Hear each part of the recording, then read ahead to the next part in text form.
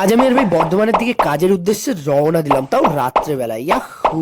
সন্ধ্যা 6টার সময় হঠাৎ করে আমার কাছে কল আসলো, আর কলেজে হঠাৎ করে একটা কাজের কথা ঢুকলো, তাও বর্ধমানে। তাই আমরা বেশি দেরি না করে 8:30টার মধ্যে তাড়াতাড়ি করে সবকিছু গুছিয়ে আস্তে আস্তে স্টেশনের দিকে আসা মাত্র ট্রেনে করে উঠে আমরা দমদমের দিকে রওনা দিলাম। আর সত্যি বলতে তার মধ্যে একটু দিলকুচ খেয়ে খানিকক্ষণ আমরা সুখ দুঃখের একটু গল্পও করছিলাম। আর সত্যি বলতে এই গল্পের মধ্যে ফাইনালি আমরা ট্রেন ধরে ডানকুনি জংশনের দিকে এগিয়ে যাচ্ছিলাম। সত্যি বলতে তার মধ্যে এত পরিমাণ ঠান্ডা প্রথমে বুঝতে পারিনি, তারপর আস্তে আস্তে দেখি যত ভিতরের দিকে এগোচ্ছি ততই দেখি ঠান্ডা বেড়েই যাচ্ছে। আর তার উপর গঙ্গা নদীর উপর থেকে যখন আমরা পাস হচ্ছিলাম, তারপর ফাইনালি আমরা ডানকুনি জংশনে আসা মাত্র এখান থেকে আমাদের একটা ড্রোন পিক করার কথা ছিল। তো তারপর ড্রোনটা পিক করা মাত্র খালি স্টেশনে খানিকক্ষণ ট্রেনের জন্য অপেক্ষা করতে করতে দুজনে মিলে 2 কাপ কফি নিয়ে তাড়াতাড়ি করে ঠান্ডার মধ্যে চুমুক দিয়ে দিলাম। সত্যি বলতে ফাঁকা স্টেশনে আর তার মধ্যে ঠান্ডা, ঠান্ডার মধ্যে গরম, মানে বিষয়টা একটা আলাদাই। তো তারপর আমরা ফাইনালি ট্রেনে করে উঠে আস্তে আস্তে এগিয়ে গেলাম বর্ধমান জংশনের দিকে।